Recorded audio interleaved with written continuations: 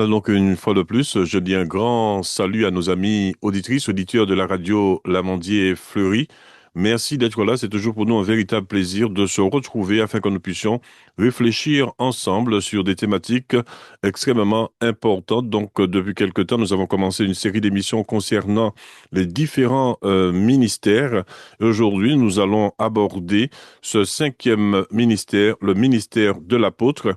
Et pour ce faire, nous avons avec nous le pasteur Valérie Diompi du côté de Dakar. Donc, au moment où l'on parle, il est en direct avec nous du côté de Dakar. Nous profitons pour saluer tous nos amis de Dakar, notamment aussi nos amis du Cameroun, sans oublier bien sûr nos amis de la Côte d'Ivoire. Donc, je veux saluer tous nos amis de l'Afrique, sans oublier bien sûr nos amis du côté des Antilles, particulièrement du côté de la Martinique, bien sûr, sans oublier nos amis de l'Hexagone, que nous saluons bien fraternellement. Je profite aussi pour remercier l'amie Dorine pour ce travail qu'elle fait au niveau de l'organisation, la planification de nos émissions. Et je vous rappelle que l'amie Dorine vous donne rendez-vous tous les samedis que Dieu fait à partir de 11 heures du point de vue de l'Hexagone. Merci à vous, merci d'être là. Une fois de plus, pasteur Diompi, pasteur Valérie, un grand merci d'avoir accepté notre invitation encore pour parfaire, je dirais, ce travail que nous avons commencé depuis quelque temps concernant les ministères. Donc, je vous laisse saluer nos amis auditrices, auditeurs de la radio Lamandier Fleury, sans oublier, bien sûr, nos amis de la Caraïbe, des Antilles. Merci d'être là. Bonjour, chers auditeurs et auditrices. Bonsoir à ceux qui sont du côté de l'Afrique et de l'Hexagone. Nous bénissons le Seigneur et nous vous saluons chaleureusement. Bien vrai qu'à Dakar, il fait un peu frais ces temps-ci, mais vous êtes toujours invités à venir profiter du soleil du Sénégal quand le Seigneur donc le voudra. Donc, soyez bénis et encouragés dans votre marche avec le Seigneur, dans votre marche de foi. Et ma prière, c'est que chacun de nous, nous soyons persévérants avec le Seigneur, que nous continuions à porter le témoignage et à vivre d'une manière digne du Seigneur et lui être entièrement agréable en toutes choses. À lui soit la gloire dans son Église et pour tous les siècles. Amen. Amen. Merci, pasteur Valérie. Je ne sais pas si on peut très rapidement, peut-être très succinctement, récapituler un petit peu les différents ministères que nous avons déjà abordés pour parfaire, bien sûr, ce cinquième ministère qui est le ministère de l'apôtre, mais très succinctement, si c'est possible. Oui, ensemble, nous avons revisité les ministères que le Seigneur a donnés à son Église. Comme nous dit l'Écriture, il a fait don. Il a fait don de ces ministères-là donc à l'Église. Et, et ces ministères-là, nous avons commencé à voir le ministère du pasteur. Et on a parlé que le pasteur n'est pas quelqu'un qui doit être le leader dominant incontesté de l'Église, que l'Église n'aura pas hydrocéphale et que l'Église fonctionne avec des piliers que sont les cinq ministères.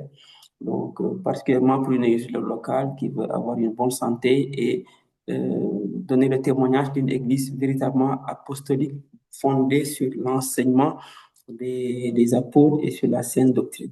Et donc, le pasteur, en tant que bon conducteur, sait donner la nourriture aux, aux, aux, aux brebis du Seigneur au moment convenable. C'est quelqu'un qui prend soin, c'est quelqu'un qui est habité par la passion pour les âmes, qui fait croître afin que l'Église puisse atteindre la stature parfaite de Christ. Donc, et on a vu également le ministère du docteur.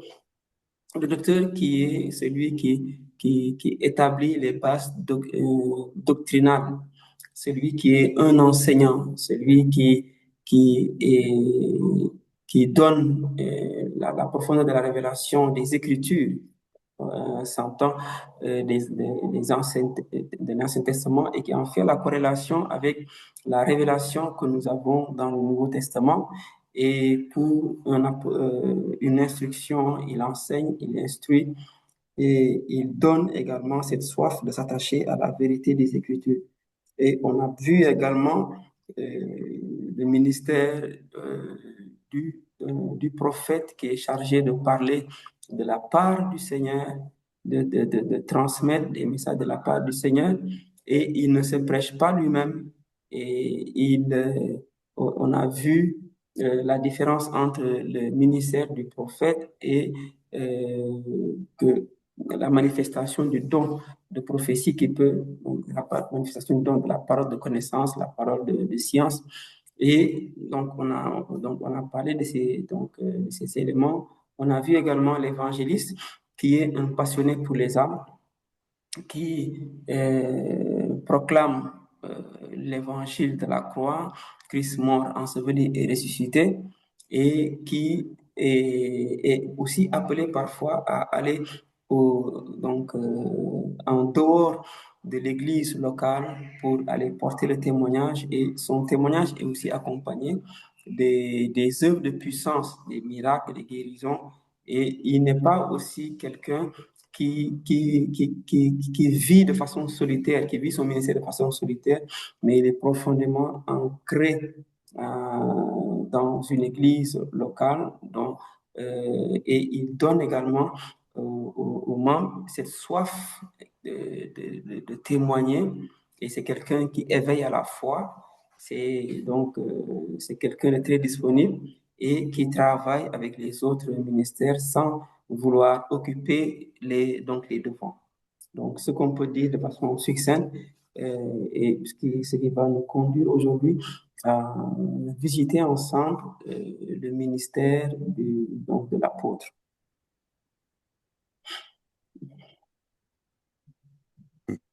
Merci à vous. Donc, on vous laisse pleinement la place afin que vous puissiez développer tranquillement votre sujet. Et après quoi, nous aurons quelques questions ayant trait bien sûr à ce développement. Merci à vous une fois de plus, Pasteur Valérie Diompi. Merci à vous, Pasteur Jules. Merci à tous nos auditeurs et auditrices de la radio Lamandier Fleury. Et aujourd'hui, nous allons parler ensemble du ministère de l'apôtre dans l'église locale. Mais tout d'abord, il faut qu'on comprenne que apôtre veut dire quelqu'un, un envoyé.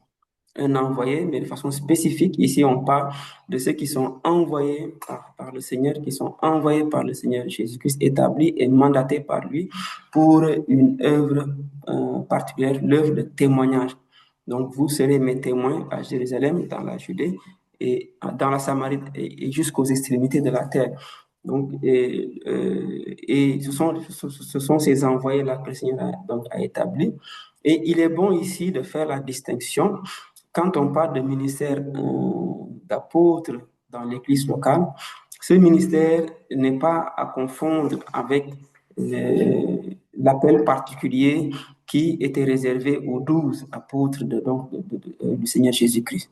Et aujourd'hui, on voit certains qui se limite à dire que le ministère apostolique est épuisé. Donc, quand le dernier des apôtres n'était plus, que ce ministère donc a cessé.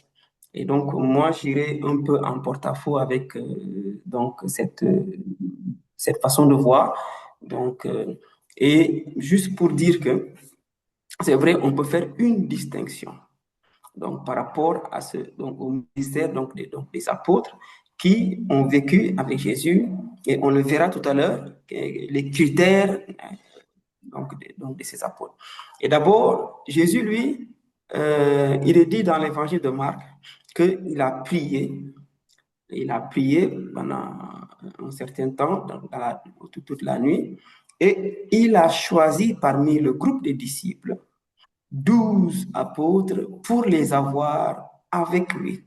Donc, c'est des gens qui étaient choisis pour être dans le cercle intime du Seigneur, qui étaient les intimes du Seigneur, en qui il s'est investi pour qu'ils puissent continuer l'œuvre du ministère. Donc, il les a équipés, il les avait avec lui. Donc, il parcourait donc, de ville en ville avec eux. Il leur enseignait en particulier quand il parlait avec toute la foule. Et voilà, ce sont ces apôtres-là qui ont été avec lui depuis le baptême de Jean-Baptiste et qui ont été témoins de sa résurrection. Voilà, donc ce ministère apostolique-là ne peut pas être reproduit comme il a été confié aux 12 apôtres. Et on va prendre ce passage dans Éphésiens au chapitre 2, à lettre aux Éphésiens. Je lis à partir du verset 20. Vous avez été édifiés sur le fondement des apôtres et des prophètes, Jésus-Christ lui-même étant la pierre angulaire. En lui, tout l'édifice bien coordonné s'élève pour être un temple saint dans le Seigneur. En lui, vous êtes aussi édifiés pour être une habitation de Dieu en esprit. Donc, nous avons dans les Écritures cette affirmation dans l'épître aux Corinthiens que nous ne devons pas poser un autre fondement que celui qui avait été posé, c'est Jésus-Christ. Donc, et on dit également que sur ce fondement, nous avons été édifiés sur le fondement des apôtres et des prophètes.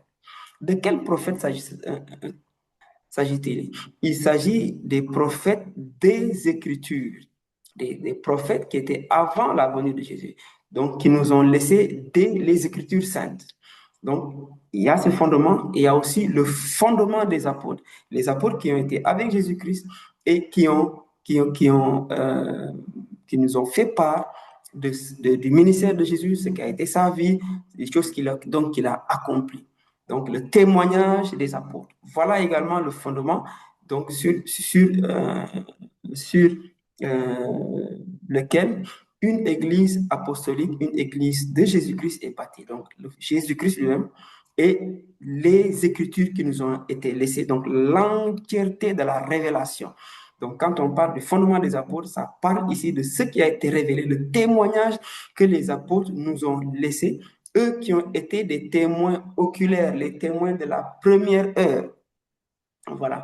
Et donc, aujourd'hui, on ne peut pas voir des témoins de la première heure. On ne peut que se fier sur ce que Jésus-Christ nous a donné, la parole qui a été révélée, comme nous dit la lettre aux Hébreux. Dieu, après nous avoir de bien des manières parlé par les prophètes, donc il a parlé par les anges, il a parlé de bien des manières et de diverses façons. Dans les temps dernier nous a parlé par son Fils. OK? Il nous a parlé par son Fils. Donc, voilà, donc c'est ce fondement-là des Écritures saintes, de la révélation qui a été donnée, où nous sommes édifiés pour être une église apostolique. D'accord? Et donc, on ne peut pas se baser sur ce verset-là pour dire que le ministère apostolique, peut-être le ministère d'apôtre que Jésus-Christ fait don à l'Église, aux croyants, a disparu.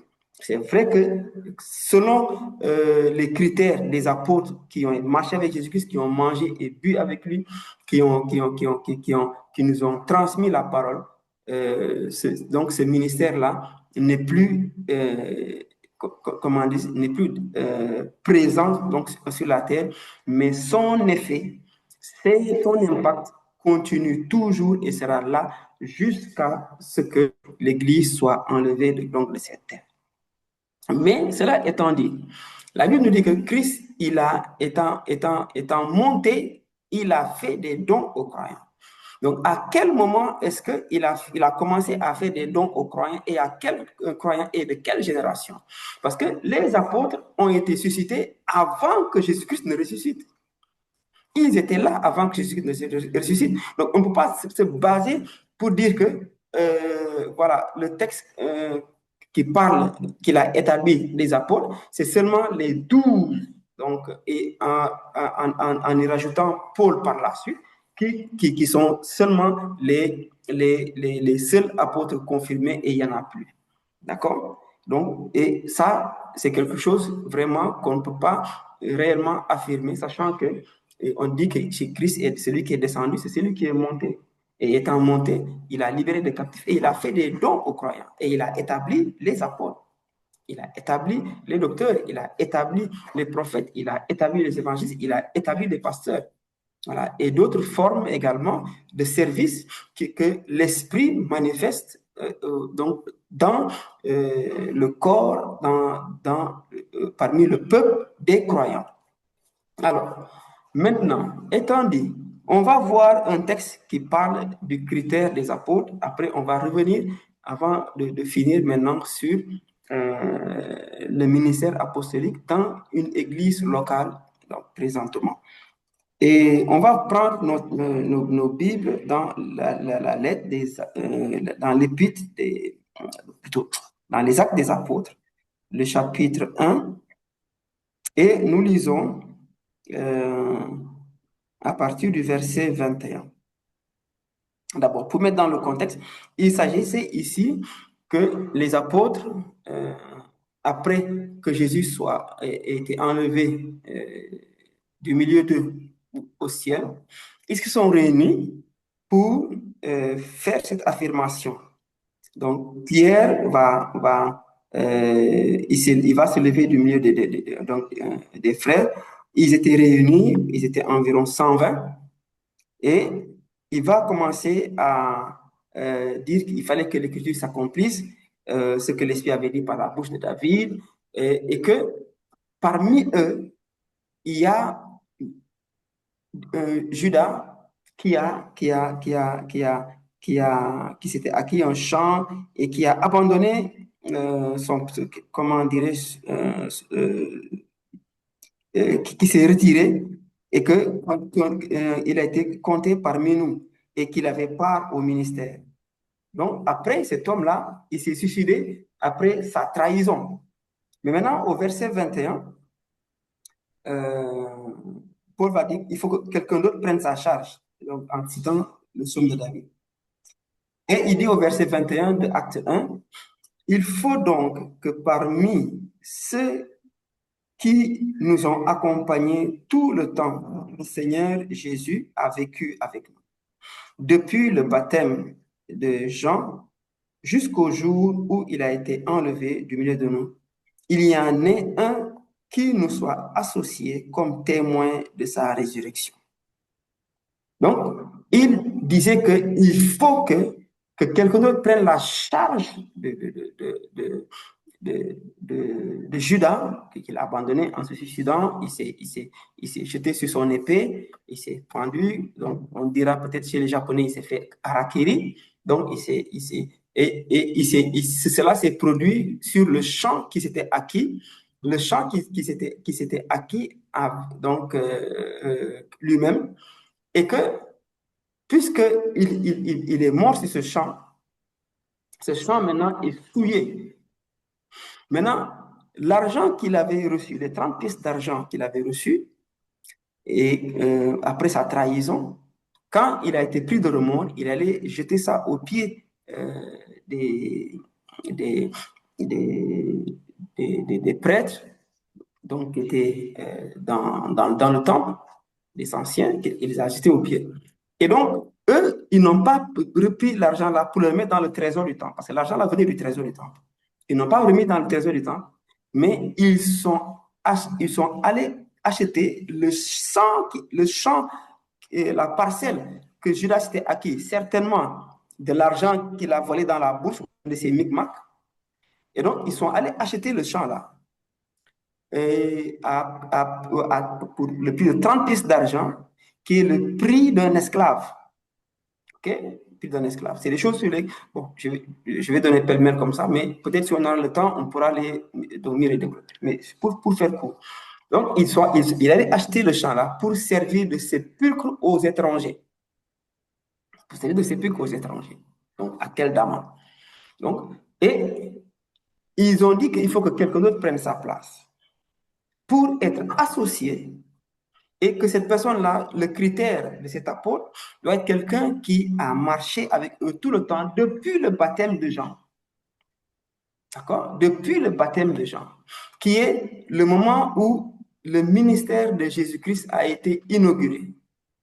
Le moment où le ministère de Christ a été inauguré. Donc, c'est au baptême de Jean que son ministère a été inauguré. Donc, et depuis ce temps-là, et que cette personne-là ait été aussi témoin de la résurrection. Voilà les critères pour être associé parmi, que les apôtres ont donné. Mais il faudra souligner quelque chose de très important ici. Jésus leur a demandé d'attendre jusqu'à ce qu'il soit rempli du Saint-Esprit. Ce n'est pas le Seigneur qui leur a dit d'associer quelqu'un d'autre pour prendre la place de Judas. En ce moment, les apôtres n'étaient pas encore remplis du Saint-Esprit. Ils ont été témoins de la résurrection. Jésus est apparu il est apparu pendant un certain nombre de temps, pendant 40 jours, il était avec eux, et jusqu'au moment où il est monté au ciel. Et dans cette fourchette-là, de jour où Jésus a été enlevé et jusqu'au jour de la Pentecôte, il n'avait pas encore été rempli du Saint-Esprit. Donc, l'Esprit. Et ils vont prendre une décision de choisir quelqu'un. Et la manière dont ils vont le faire va montrer qu'ils n'étaient pas mandatés par le Seigneur pour faire cet acte-là. Numéro 1, donc, ils n'ont pas encore reçu le Saint-Esprit. Numéro 2, ils n'ont pas reçu de directive venant du ciel, ni une parole de Jésus-Christ pour choisir un remplaçant à Judas. OK? Numéro 3, en ce moment-là, ils ont dit quoi? Que c'est eux-mêmes qui ont donné les critères. C'est eux qui ont donné les critères de sélection. Numéro 2, ils vont en désigner 2. Numéro 4 plutôt, ils vont désigner 2 personnes. Et après avoir prié, ça dit qu'ils ont fait leur sauce. Et en dernière position maintenant, on dit qu'ils ont prié. Est-ce que vous comprenez ce que j'ai dit? Que l'Église doit savoir une chose. On ne peut pas prendre des décisions unilatérales dans l'Église et vouloir prier en dernier ressort et vouloir que Jésus-Christ vienne valider nos décisions humaines charnelles qui ne sont pas motivées ni remplies ni inspirées par le Saint-Esprit. Et ça, il faut bien le savoir. Donc, ils ont fait leur choix. Numéro 5, l'autre erreur, après avoir prié, ils n'ont pas reçu de réponse. Le ciel n'a pas répondu à cette démarche. Qu'est-ce qui prouve? Ils vont tirer au sort. C'est le sort. Donc, au bonheur, la chance. Donc, on tire comme ça, on tire au sort. Donc, si l'Église doit être bâtie sur le fondement des Saintes Écritures, l'autorité suprême dans l'Église, la tête, c'est Christ, ça ne change pas. Et si les hommes ont le mandat eux-mêmes de décider de façon arbitraire, selon leur choix, on n'est plus dans une église apostolique. C'est pourquoi le ciel n'a pas répondu à la démarche, même si elle a l'air spirituelle, parce qu'ils ont prié après à la fin, le ciel n'a pas répondu. Et le témoignage que le ciel n'a pas répondu, c'est qu'ils ont fini par tirer au sort. Donc cette démarche-là n'était pas une démarche du Saint-Esprit, n'était pas une démarche validée par le Seigneur. 6e point dans cette démarche, c'est que celui qui avait été choisi, la Bible ne parle plus de lui. On ne sait plus quel est le ministère qu'il a fait. On ne voit plus rien de ce qu'il a fait. Donc, ce n'était pas le choix du Seigneur, c'était le choix des hommes. Et Jésus a mis fin très tôt à cette démarche humaine que l'Église que lui, il bâtit n'est pas conduite par la volonté des hommes. Sinon, on va faire tout ce qu'on veut. Et il en a mis fin. À ce moment-là, eux, ils voulaient associer quelqu'un au nombre des 12. Jésus dit, cette démarche n'est pas. Donc, s'il y a quelqu'un qui doit être ajouté, si quelqu'un doit être établi, ça revient à lui-même. Et plus loin, dans le même livre des Actes des Apôtres, on va voir celui que Jésus va désigner pour jouer ce rôle de l'apôtre. Et celui-là, il ne remplit pas les critères que Pierre avait donnés. Il n'a pas suivi depuis le début du ministère de Jésus, depuis le baptême de Jean. Il n'a pas été témoin de la résurrection. Pourtant, c'est lui que Jésus va désigner, en l'occurrence la personne de l'apôtre Paul. Voilà ce qui est validé par le Seigneur, ce que le ciel a validé. Et on a vu le fruit du ministère de Paul parmi non seulement les Juifs, mais aussi parmi les païens. D'accord? Donc, se basant sur ce critère-là, on peut dire, si Jésus-Christ choisit d'établir, de donner de faire, d'établir dans l'Église le ministère d'apôtre, qui sommes-nous pour dire que ce ministère a disparu? Qui sommes-nous pour y mettre un terme? Qui sommes-nous?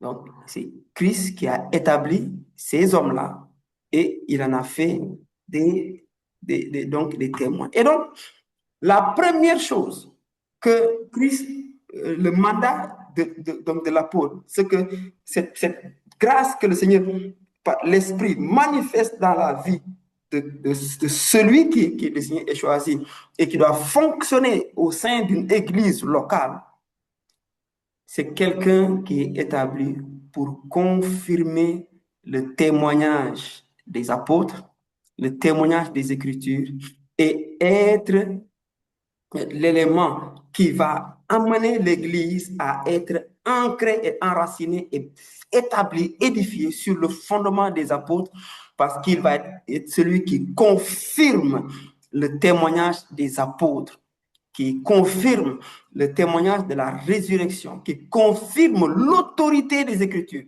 l'autorité des messages des prophètes qui ont annoncé la venue du Messie, qui confirme l'autorité des Écritures saintes, de tout ce qui a été donné, qui révèle Christ, les souffrances qu'il devait subir et la résurrection qui devait s'en suivre, en commençant par Moïse, par les prophètes et par les psaumes. Il confirme cet enseignement-là. Et comment dirais-je, il le rattache à la révélation et au témoignage des apôtres, et il ne contredit pas le témoignage des apôtres, et il veille à ce que l'Église s'attache, n'est-ce pas, soit fondée sur des bases scripturaires, des bases apostoliques solides.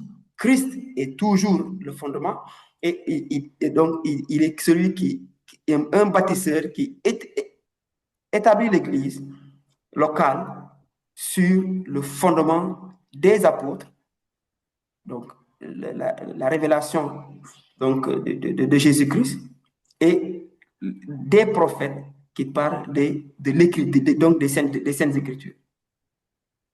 Voilà un premier rôle, n'est-ce pas, de l'apôtre dans une église locale. Donc, toujours, l'apôtre, l'église locale, et ce bâtisseur-là, ok, il est également celui qui était à l'origine de la fondation, donc de la fondation de l'église locale.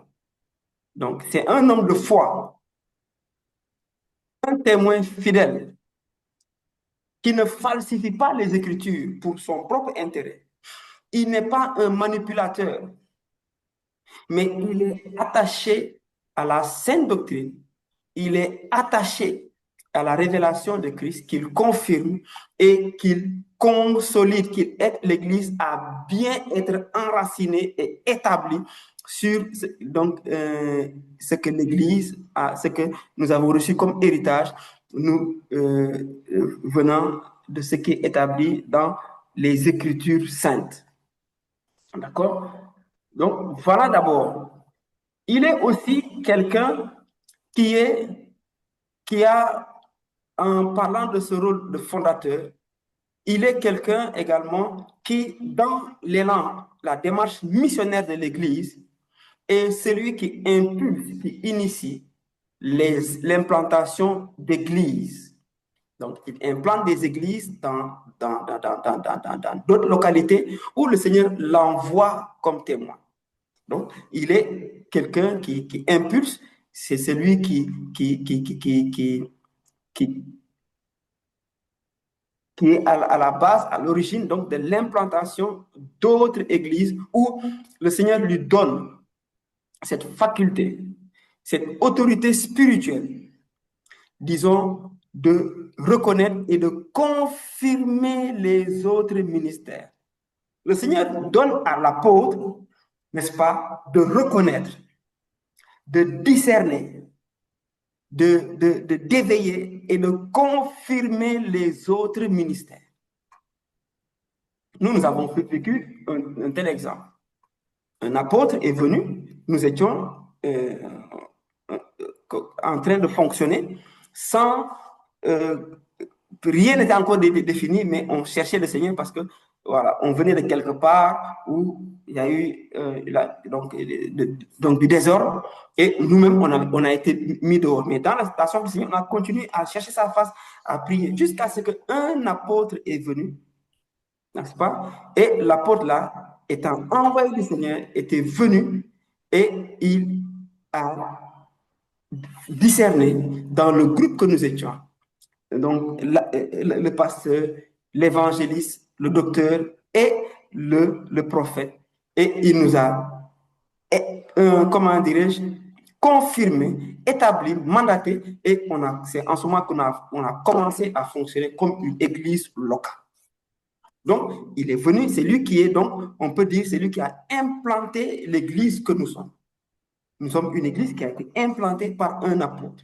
Et il est venu de très loin, il a juste obéi à la voix du Seigneur qu'il a envoyé et il est venu et nous nous sommes rencontrés de façon miraculeuse et il a joué juste ce rôle-là de nous donner de fonction. On était en train de fonctionner sans orientation, mais quand il est venu, il a mis de l'ordre. Donc, l'apôtre est celui qui met de l'ordre, qui permet à ce que l'église locale donc, fonctionne donc, de façon ordonnée et conformément aux Écritures. Donc, c'est quelqu'un qui est attaché à l'ordre dans l'Église et qui établit par l'autorité qu'il a dans le Saint-Esprit cet ordre dans le fonctionnement et donc la vie de l'Église. Donc, des églises qu'il implante, donc qu'il bâtit. Et maintenant, il confie l'Église maintenant à ce collège d'anciens remplis du Saint-Esprit qui ont été mandatés pour fonctionner, mais toujours l'Église lui est redevable. S'il est présent dans l'Église locale, comme s'il est dans une autre localité, mais il se préoccupe du fonctionnement des églises qu'il a implantées. Donc, il visite ces églises, comme le faisait Paul, il visite ces églises, ou bien s'il est lui-même implanté dans une église locale, donc il est préoccupé par l'ordre. D'accord. Et dans cette préoccupation par l'ordre, on peut dire également, il est quelqu'un qui collabore avec le docteur pour être le gardien de la sainte doctrine, que l'Église ne s'écarte pas de la sainte doctrine. Parce que c'est lui qui est l'élément qui rattache l'Église au fondement des apôtres, qui amène l'Église à s'attacher au fondement des apôtres et des prophètes, donc qui veille à ce que la sainte doctrine ne soit pas escamotée, ne soit pas altérée au sein de l'Église, qui permet à l'Église d'avoir une bonne respiration, d'avoir une bonne nourriture, de veiller à ce que l'esprit d'égarement ne vienne pas corrompre la marche et donc la vie de l'Église. Et son autorité est reconnue, mais son autorité n'est pas une autorité dominatrice. Son autorité n'est pas une autorité qui envahit, qui accapare. Donc, il est un père donc, au sein de l'Église. Il veille Et il est comme cette boussole-là qui oriente, il est cette boussole-là qui montre la vision, qui donne par l'esprit la direction, parce que ce n'est pas lui-même, c'est l'esprit de Dieu qui l'utilise. Ce n'est pas lui-même, parce qu'il ne faut pas qu'on s'attarde sur la personne. Il faut regarder l'œuvre du Seigneur au travers de son esprit dans cette personne-là. Et quand on reconnaît son autorité, ce n'est pas l'autorité en tant qu'individu, parce que lui aussi c'est un disciple, c'est un croyant comme nous tous, mais on reconnaît la manifestation de l'Esprit du Seigneur dans sa vie. Et donc, une église qui fonctionne de cette manière-là est garantie de ne pas s'égarer en chemin.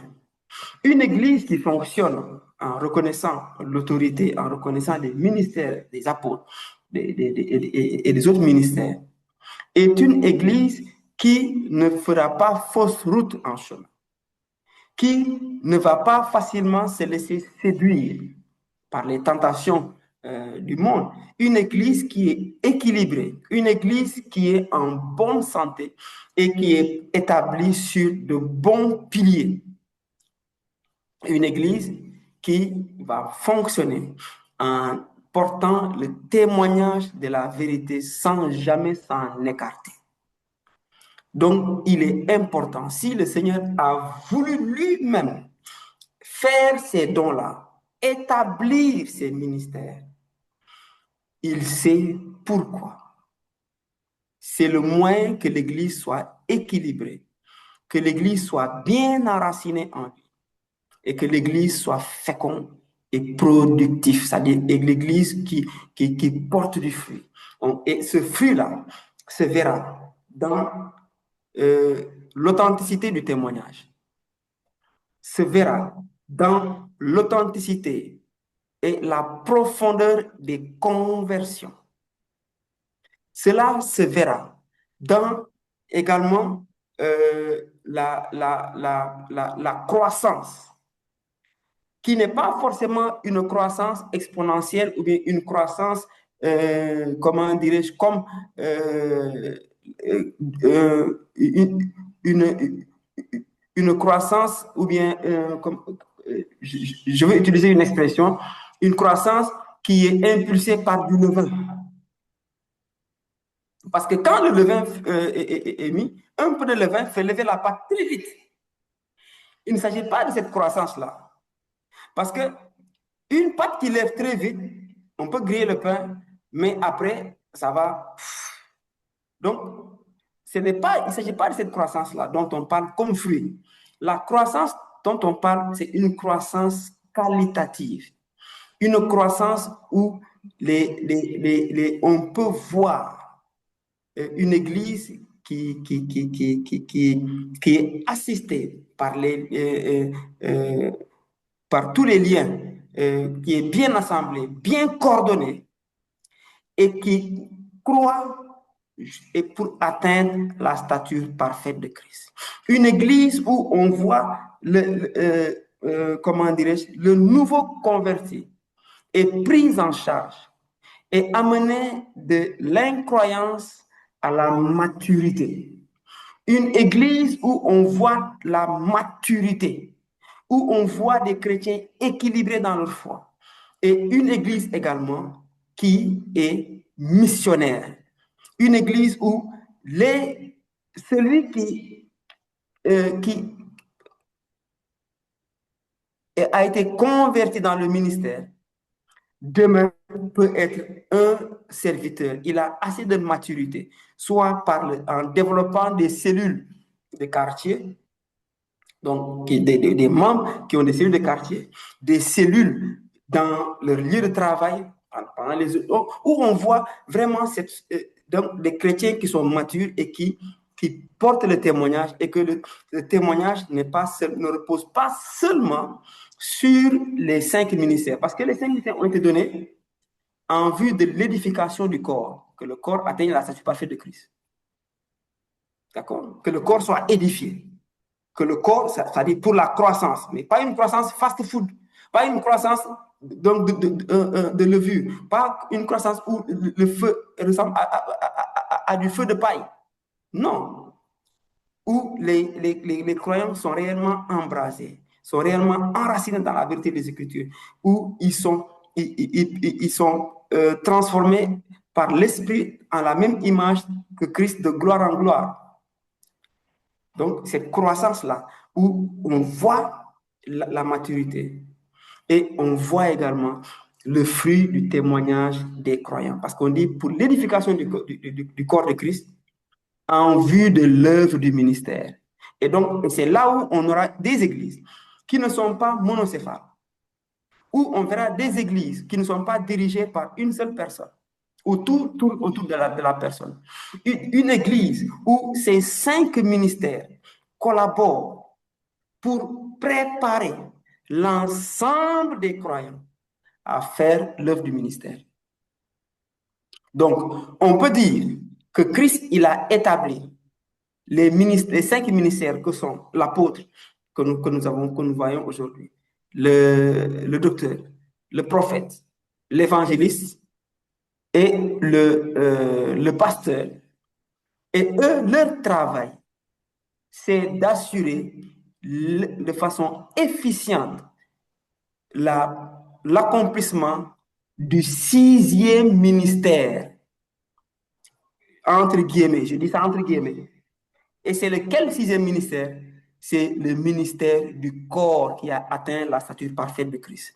Le ministère de l'église locale. L'église locale est missionnaire. L'église locale fait ce ministère-là. Donc, ce n'est pas une église où les gens viennent s'asseoir pour chauffer les bancs, où les gens viennent dire, ah non, ils ont bien parlé, il a tout dit. Oh, parce qu'aujourd'hui, tu as bien prêché. Non, c'est une église, c'est eux, leur travail, c'est d'équiper les croyants. Et les croyants maintenant, l'église dans sa totalité maintenant, fait l'œuvre du ministère. Ça, c'est le 6e ministère, entre guillemets. Je mets ça toujours entre guillemets. Pour qu'on comprenne que le texte dit que eux, ce sont des dons pour les croyants. Donc, pour que les croyants, le corps soit bien édifié et atteigne la stature de Christ en vue de l'œuvre du ministère. Voilà. Qui doit faire le ministère? Est-ce seulement l'apôtre? Est-ce seulement le docteur? Est-ce que c'est seulement l'évangéliste? Est-ce que c'est seulement le prophète? Est-ce que c'est seulement le pasteur? Non. C'est tout le corps. Tout le corps, bien coordonné, formant un solide assemblage. Donc, voilà. Et grâce au lien de l'assistance de notre Seigneur Jésus-Christ, c'est tout le corps qui fait le ministère. Donc, Christ ne veut pas, dans son Église qui est son corps, des gens qui sont là, qui ont délégué le ministère seulement à l'apôtre. Ceux qui délèguent le ministère à l'apôtre, ce sont ce que Christ a dit. On t'a donné un talent. Oui, maître, je sais que tu es quelqu'un qui moissonne là, tu n'as pas semé. Et j'ai eu peur. Ton talent, j'ai pris là. J'ai creusé la terre. J'ai enterré ça là-bas. Donc, il ne faudrait pas que l'Église soit la terre où les croyants paresseux vont prétexter, dire que mon talent, je l'ai enterré dans la terre de l'église locale. En quoi faisant? Les jours de culte, je viens, je m'assois.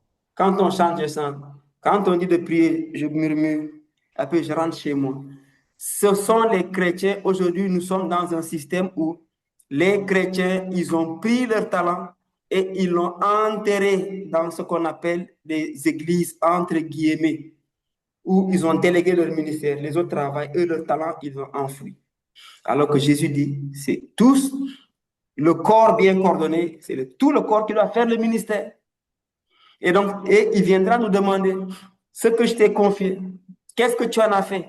Est-ce que tu es allé enterrer dans une église en étant seulement un fidèle, un membre simple, comme certains disent, une brebis qui vient juste brouter et rentrer à la maison et attendre encore le prochain ravitaillement, ou bien tu es quelqu'un est, qui est dans cette église corps, même si c'est au niveau local, où les 5 ministères impactent ta vie et le talent que tu as reçu, le don que tu as reçu, et tu as cette croissance avec tout le corps pour atteindre la stature de Christ, et tu es actif à faire, à rendre témoignage, à parler de la vérité de Christ et à faire fructifier le talent que tu as reçu, à fructifier les dons que tu as reçus en le faisant de façon collégiale avec toute l'Église. Et c'est à ces serviteurs-là, le Seigneur dit, bon, te dira, bon et fidèle serviteur, entre dans la joie de ton maître. Que Dieu nous délivre, vous qui m'écoutez, moi y compris, de ne pas être ces chrétiens que le Seigneur dira, mauvais serviteur. Ce que je t'ai donné, tu aurais pu mettre ça dans la banque et que ça va porter du fruit.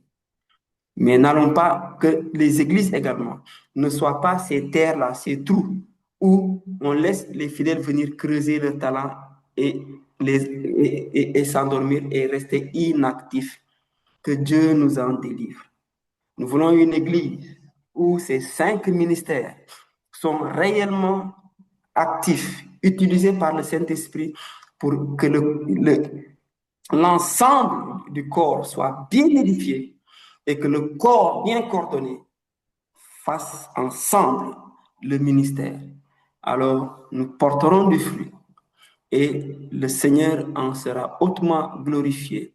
Et au moment venu, lorsque nous serons devant le tribunal de Christ, nous recevrons la louange qui est due au bon et fidèle serviteur. Et il ne s'arrête pas seulement à ça. Il te dira, bon et fidèle serviteur, entre dans la joie de ton maître, mais reçois le gouvernement de 10 villes. Il nous donnera les récompenses. Et après ce moment de récompense, nous le verrons quand on parlera de l'Apocalypse. Et ce sera les préparatifs. L'épouse on donnera de nous revêtir d'un fin lin éclatant et pur. Et nous allons entendre notre nom quand nous serons appelés pour entrer au festin des noces de l'agneau dans la muscane céleste, le tabernacle céleste. Heureux sont ceux qui sont invités au festin des noces de l'agneau. Donc, son épouse s'est préparée. On parlera de ça quand on va appeler la préparation de l'épouse. Et à quel moment donc cela va se produire? Et donc, le festin des noces de l'agneau, à quel moment cela se produit selon le calendrier de l'Éternel, des fêtes de l'Éternel, et le moment quand nous allons revenir sur cette terre pour que le Seigneur vienne régner, donc son règne millénaire sur cette terre. Nous aurons l'occasion de voir toutes ces choses. L'Esprit de Dieu nous aidera donc à partager cela avec vous. Et aujourd'hui, nous allons nous arrêter là et juste rappeler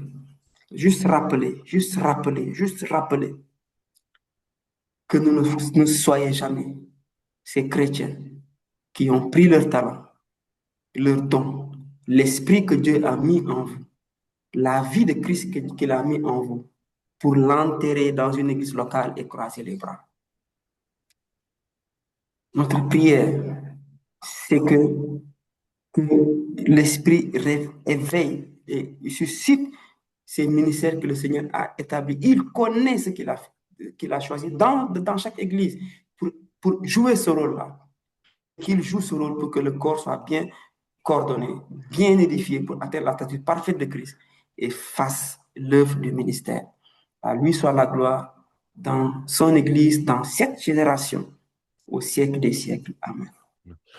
Une fois de plus, un grand merci à vous, pasteur Valérie Diompi, pour cette intervention. Merci pour cet enseignement. Donc, je vous remercie grandement, toujours au nom de la radio L'Amandier Fleury.